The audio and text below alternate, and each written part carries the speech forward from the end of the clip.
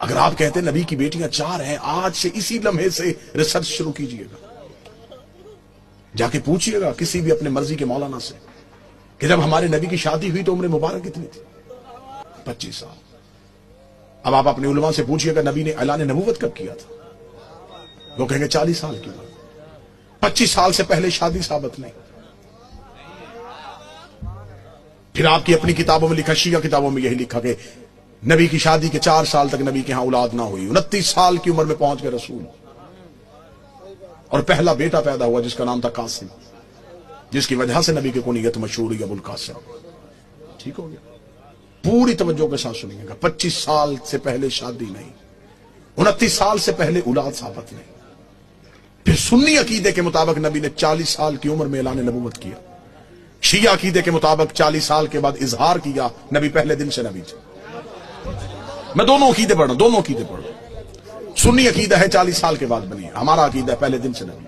چلے ٹھیک ہے، سنی بھائیوں کا عقیدہ 40 سال کے بعد اعلان نبوت کیا۔ پھر سنی کتابوں میں لکھا ہوا ہے کہ نبی نے اعلان نبوت سے 5 سال قبل اپنی 3 بیٹیوں کا عقد معاذ اللہ ثم معاذ اللہ خاک مدہن 3 مشرکوں سے کروایا ہوا تھا۔ جب آپ اپنے علماء سے دلیل پوچھیں گے تو وہ کہیں گے اس لیے کہ اس وقت وہ خود نبی نہیں تھے، نبی بنے 40 سال کے بعد، تو پھر ان مشرکوں کے گھروں سے بیٹیوں کو واپس بلا لیا۔ اب میرا سنی بھائی، مر جانا ہے، سانسوں کا یقین کوئی نہیں، لمحوں کا اعتبار کوئی نہیں، قبر کی 4 دیواریں کچی ہیں، کفن میں جیب نہیں ہوتی، قبر میں الماری نہیں ہوتی، فرشتے رشوت نہیں لیتے، مولوی قبر میں چھوڑ کے واپس آ جاتا ہے۔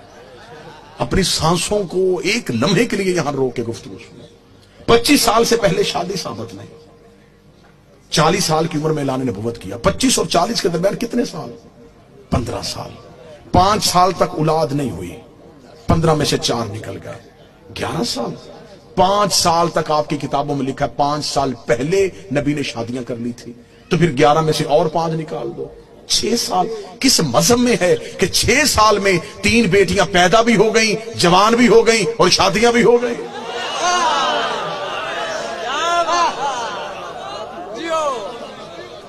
عمریں پوری کر کے دکھاؤ، عمریں پوری کرو، ہم ماننے کے لیے تیار ہیں۔